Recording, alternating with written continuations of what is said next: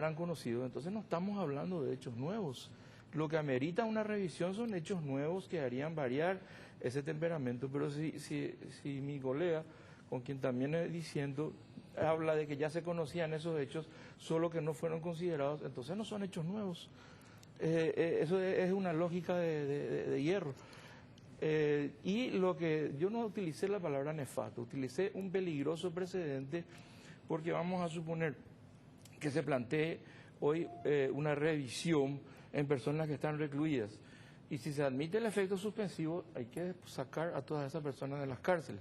En personas que están en libertad, si se admite el efecto suspensivo, implica desconocer que hay disposiciones en el 493 del Código de Procedimientos Penales y el 295 del Código de Ejecución, dice que la sentencia que está firme tiene que ser cumplida, tiene que ser ejecutoriada. Hay disposiciones, es otra cosa. Disposiciones claras. No, yo, como el doctor se había referido, lo que la Corte hizo es, con su decisión, suspende los efectos de las tres permitir que sentencias. las señoras no vayan presas. Correcto. Sí, suspende los efectos de las tres sentencias a través de una reposición, se para el efecto de tres sentencias de carácter condenatorio. Y lo que realmente la Corte lo que hace es declarar inadmisible el recurso de casación, porque no reunía los requerimientos, es cierto, no analizó todo esto, se analizó en un juicio oral ampliamente, tuvieron defensa, tuvieron peritos, y bueno, que ahora se tramite la revisión, pero eso presupone una situación peligrosa. Yo te digo, mañana el taxista que está condenado de haber dado muerte a una niña de 5 años, nos trae el enjambre amarillo y vamos a pararle el cumplimiento de una sentencia. ¿Vos decís que hubo esa presión, que fue una medida política, bajo presión de la Corte? Fue una decisión política y con directa incidencia del ministro de Salud de la República del Paraguay, quien utilizando su investidura, ¿verdad?, públicamente apoyó una convocatoria en donde sus organizadores decían una convocatoria de desobediencia civil a una resolución de la justicia paraguaya. Yo le digo al ministro Barrios, él no tiene que utilizar su investidura para estar apoyando una manifestación de desobediencia civil. Que renuncie a su cargo de ministro y vaya a las calles como médico, entonces, pero no utilizando su investidura.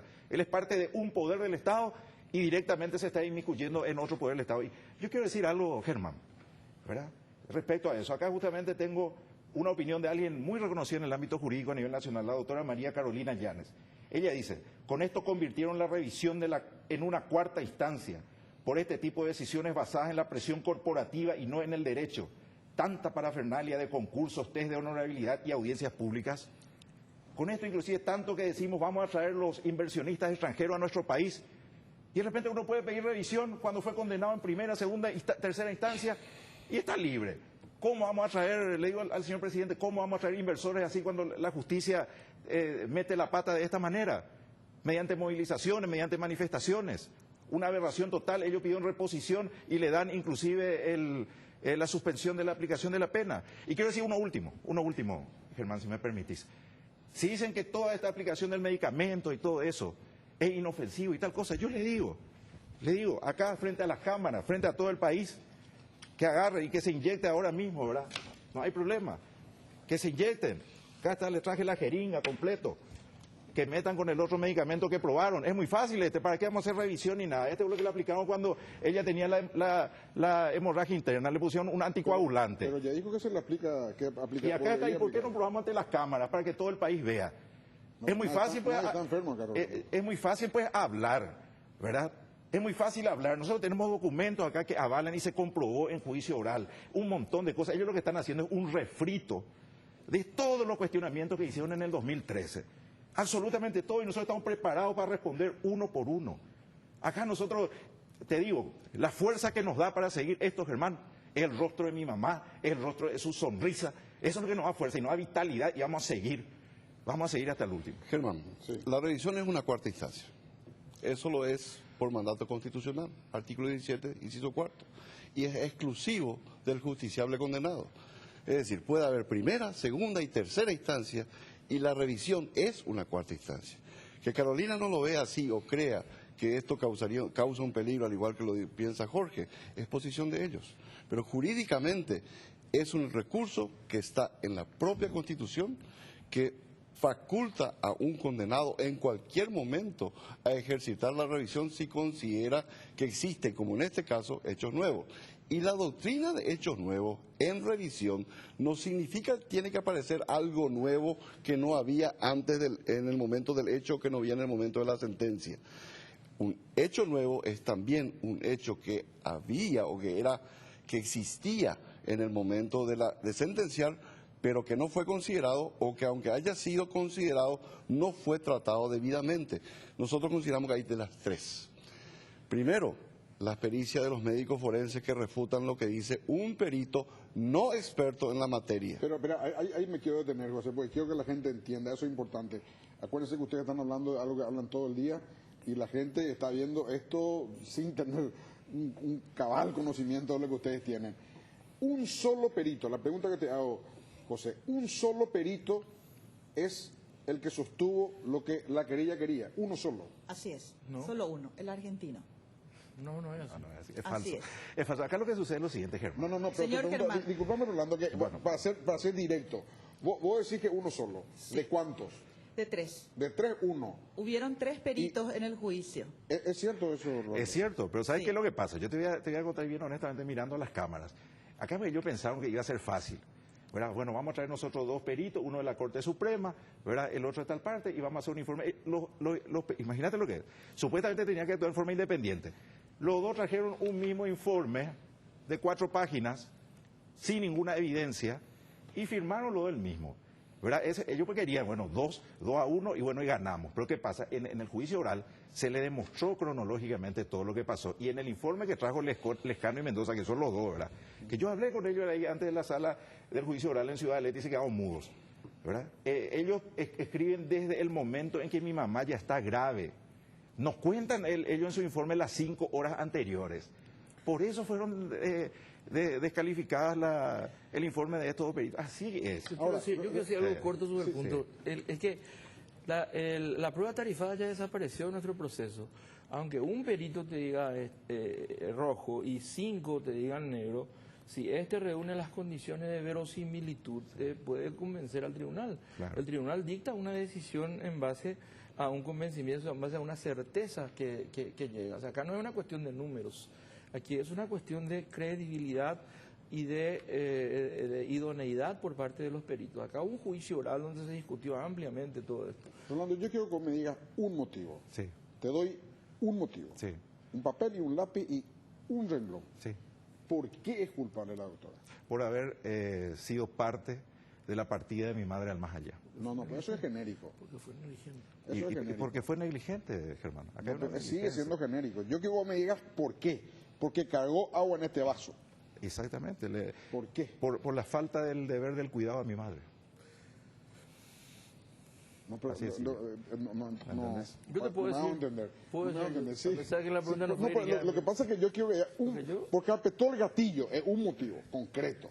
Pero no que me digas porque ese día, no sé, Está, un motivo para llegar al caracú en la cuestión. Un motivo. está acreditado en proceso, yo te digo, eso se puede leer en las fichas de que Pero ¿por qué está acreditado, doctor? ¿En qué? Un le solo motivo te pido para que la gente le entienda. suministra una dosis excesiva de un medicamento que le lleva a esa reacción anafiláctica que le lleva a terapia intensiva, donde finalmente se produce su muerte. Y ella como médica profesional tenía que saber que esa dosis es excesiva. O sea, sobredosis entonces. Así sí, mismo. una sobredosis de Doctora. medicamento. Sí, el que habla de reacción anafiláctica y sobredosis es solamente el perito argentino. El doctor Domingo Mendoza fue perito por la defensa y el doctor Nicolás Lescano fue perito, no por la defensa, fue perito puesto por el Poder Judicial. Eso hay que aclarar, ¿verdad? Entonces, nosotras, por más que éramos dos personas juzgadas, teníamos un perito solamente, que fue el doctor Domingo Mendoza. El doctor Nicolás Lescano estaba por el Poder Judicial. Y presentaron un informe conjunto porque en el momento las 3 juezas les pidieron que se reúnan los 3, peritos y que hagan sus conclusiones, ¿verdad? Entonces, ellos trataron de comunicarse con el otro perito, pero no tuvieron respuesta. Entonces, ellos se reunieron entre los dos, hicieron un informe entre los dos. ¿Cuáles fueron las conclusiones de Mendoza? Y las conclusiones de ambos fueron que, en primer lugar, no hubo ninguna sobredosis, ningún shock anafiláctico, en ningún momento ellos hablan de eso. Y ¿Por en qué segundo, no hay shock anafiláctico? no hay shock anafiláctico porque la paciente no tenía síntomas de shock anafiláctico, síntomas clínicos, ¿verdad? Sí tenía. Eso está en las fichas. Yo quiero decir algo, Germán, ¿verdad? Acá hay una Señor, yo estoy realidad. hablando, ¿me permite? Un ratito nomás. Sí. Un rato. ¿Puedo continuar? Sí, por favor. Bueno, la paciente no tenía signos ni síntomas de shock anafiláctico. O sea, todo eso que ellos dicen es cierto. El shock anafiláctico presenta dificultad respiratoria aguda. Como le expliqué, falta de aire a nivel de la garganta. Esta paciente hizo una insuficiencia respiratoria aguda grave, sí, pero de origen pulmonar. Por eso en la autopsia habla que los pulmones estaban edematizados y sangró el parénquima pulmonar. Tuvo lo que nosotros llamamos una coagulopatía de consumo. Por eso sangraron las encías, sangró por la nariz, sangró el parénquima pulmonar, sangró la bolsa que cubre el corazón, que es el pericardio. ¿Me entiende? Es totalmente diferente. Eso es lo que demostraría Eso no tiene que no nada hubo que ver. sobredosis. Eso no tiene nada que ver con un shock anafiláctico, ni con una sobredosis, ni nada por el estilo. Eso es de origen infeccioso. Perfecto, doctor. Acá ellos, esto es muy importante, Germán, porque en un momento ellos, ¿verdad? Tantas versiones ya dieron a lo largo de este tiempo. En un momento dijeron, murió de una septicemia, después murió de una falla multiorgánica, murió de H1N1. La autopsia es el punto culminante, yo repito, la autopsia es como la filmación, que un tipo entra a robar algo y está la filmación, eso es lo que vale. ¿Verdad? O si no, ¿para qué vamos a hacer más ¿Qué dice autopsia? la autopsia, Rolando? Y la autopsia es categórico. La autopsia dice que murió. Categórico, acá de está la un fotografía. shock hipovolémico, le atravesaron la subclavia con un Acá está. catéter que le introdujeron. Una de las 200 fotos, ¿verdad? El resto de las fotos tengo todo acá, pero no voy a mostrar por una cuestión de que le afecta mucho a la familia, ¿verdad? Con muchos de los médicos que hoy en día salen a las calles, ni siquiera ven esto, ni siquiera saben, ¿verdad? Y acá algo muy importante, ¿verdad? Porque en un momento ellos dijeron que inclusive, ¿verdad? Te cuento un detalle, en el juicio oral y público trajeron una placa radiográfica, ¿verdad? Diciendo, sí, acá está bien colocado el catéter, ¿verdad? Fantástico, le dice el doctor Alberto Alcaraz Liuzzi, graduado en la UBA, Universidad de Buenos Aires, medicina no, es una universidad privada y de garaje acá de Paraguay, ¿verdad? Le dice, ¿esa es la placa radiográfica de la señora Mercedes? Sí, esa es. Ah, espectacular, fantástico. ¿Está seguro? Sí, estoy seguro. ¿Me puede enseñar dónde está la sombra de las glándulas mamarias? No tenía. Se dio la vuelta y se sentó ahí mudo. Esos son detalles que yo también le pido a ellos que cuenten de los 3 días del juicio oral y público. ¿Ocurrió eso, doctora?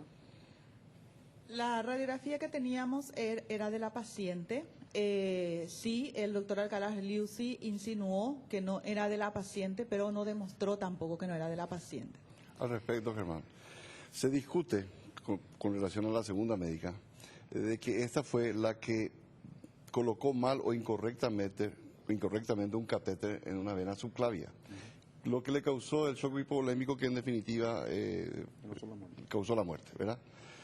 Esto está en la autopsia del doctor Bellasay, o sea, es una conclusión del doctor Bellasay, que no condice justamente con la placa radiográfica que en vida de la paciente se le tomó. Es decir, por un lado estaba bien colocado el catéter, por otro lado, luego de 15 días de removido lamentablemente el occiso o la occisa, ¿verdad? De haber sido enterrada, de haber sido desenterrada y de realizarse la necropsia, resulta de que supuestamente estaba mal colocado el catéter. Pero los propios médicos, inclusive, y aquí entran hechos nuevos, las conclusiones de juntas médicas perfectamente asesoradas y con causa científica, dicen de que no hubo shock hipovolémico. ¿Querés explicar por qué? No hubo shock hipovolémico porque la paciente murió. Shock hipovolémico quiere decir que muere desangrada. Hemorragia. Una hemorragia. Masiva. Una hemorragia. No. Generalizada. Quiere decir que pierde sangre por un lugar. ¿Verdad? En este caso, según ellos, por la subclavia izquierda. que es una vena principal que está debajo de la clavícula del lado izquierdo. Si eso hubiera ocurrido, se hubiese llenado de sangre solamente el campo pulmonar izquierdo.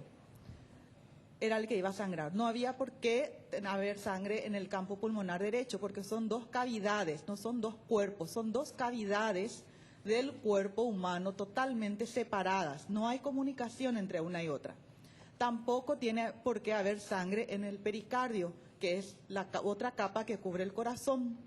Tampoco tiene por qué sangrar la nariz, las encías y el parénquima pulmonar, porque el parénquima pulmonar es como una esponja. Y Bueno, no doctora, tiene por qué sangrar eso. Bueno, Bueno. yo le agradezco Sí. mucho. No, se terminó el tiempo. Nos pasamos hasta ahora 8 minutos, Rolando, Bueno. lastimosamente. Bueno, una La última- televisión una- así, yo- viene otro programa después. Si seguimos, nos sacan Sí. del aire. Bueno, este nomás, Germán, te voy a mostrar Sí, nomás. un segundo. Acá está, del 2013, programa de repreguntas. Por eso digo, un refrito lo que están haciendo hoy en día. Acá en el punto 8, por ejemplo. Doctor, usted hablan de que los espacios pleurales de ambos pulmones y aún de que el pericardio son totalmente cerrados y separados. ¿Qué rol le dan ustedes en este caso al tercer espacio vascular llamado circulación linfática, siendo este un espacio de circulación de fluidos sin límites de órganos ni estructuras anatómicas como el mediastino? Todos respondimos nosotros en el juicio oral y público. Por algo están condenados hoy en día. Gracias. Esa es la realidad. Gracias, Germán. Rolando. Muchas gracias. Yo una quiero agradecer. despedida. Sí, sí. Yo una despedida que quiero decir que lo que acá se busca es el elemento justicia. Acá no hay una lucha personal contra los gremios médicos ni contra es. todos los médicos. Quiero aclarar eso y que vamos a seguir luchando por el elemento de justicia y que esto finalmente se aclare. Y que diciendo con mi colega y amigo el doctor Ignacio González Maqui que la revisión sea una cuarta instancia. No existe la cuarta instancia en nuestro derecho. Muchas gracias. Bueno, quiero agradecer a los dos abogados por haber venido y especialmente quiero agradecer a Rolando Segovia y a la doctora porque, bueno, el doctor Rolando Segovia cree que estas médicas fueron culpables de la muerte de su mamá y estas médicas y yo lo le tienen determino. al doctor Rolando Segovia mirándolo como culpable y intentando que se vayan presos. Así que para mí es un honor que hayan venido, hayan aceptado y realmente tuvimos un debate muy alto, muy serio y con mucho respeto. Muchas gracias, señores. Gracias a ustedes. Muchas gracias. Breve pausa y volvemos.